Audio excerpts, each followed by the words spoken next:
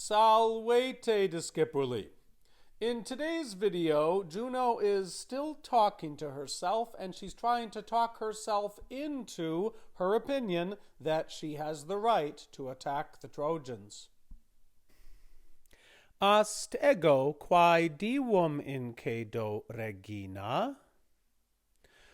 But I, ast is a synonym of said. Now remember, Juno is still talking to herself, and she's going to be using the first person of the verb. So incedo, is going to be the I form. So I, who, quae, because she is feminine singular.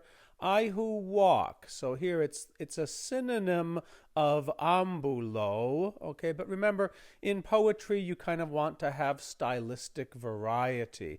But I who walk. Now, Regina, this is nominative singular, okay? So she's describing herself as queen. What she's queen of is queen of the gods, divum. This is going to be genitive plural, okay? So I've added in parentheses as here. So I who walk as queen of the gods, Iovisque et soror et conjunx, okay? So it's continuing on.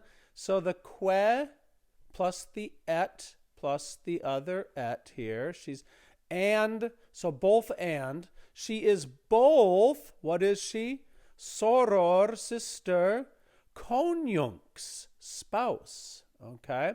And Iovis is genitive singular form of Jove or Jupiter. Okay, so what's unusual here? You know from your mythology that the Olympian gods are in fact all brothers and sisters, but Jupiter married Juno, so she's actually citing as why she should have the right to take vengeance. She's actually citing her status as both the sister of Jupiter and also the spouse of Jupiter.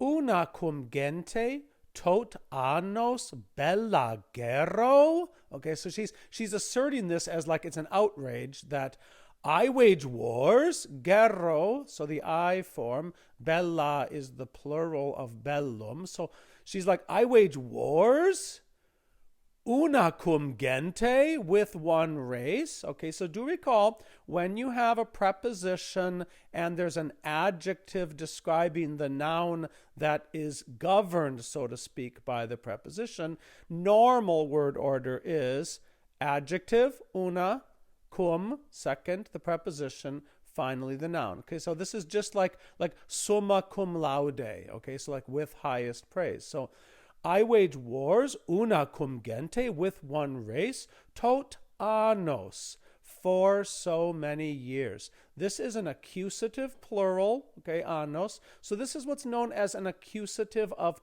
time. Accusative of time is like for whatever. So if you were just to say like tres dies, that would be like for 3 days, okay? So what she's saying is, I'm Juno.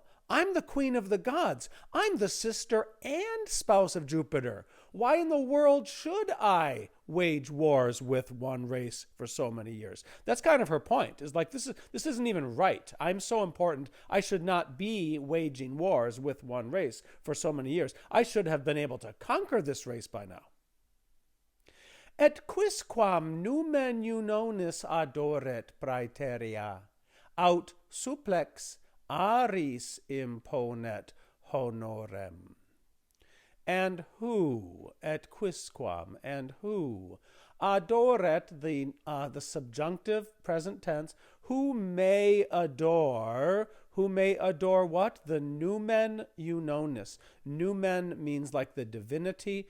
Junonis is genitive singular. Who may adore the divinity of Juno? Now, the point she's getting at is her reputation is at stake here. If the queen of the gods wages war with one race for so long and doesn't win, her reputation's at stake. Who's gonna worship her if the word gets out that Juno can't win a battle against a race of humans? Okay, so this is their point. Who may adore? The answer is maybe no one will in the future. praeterea. Okay, so who may adore the divinity of Juno in the future? Out or supplex is going to be the nominative singular subject of imponit.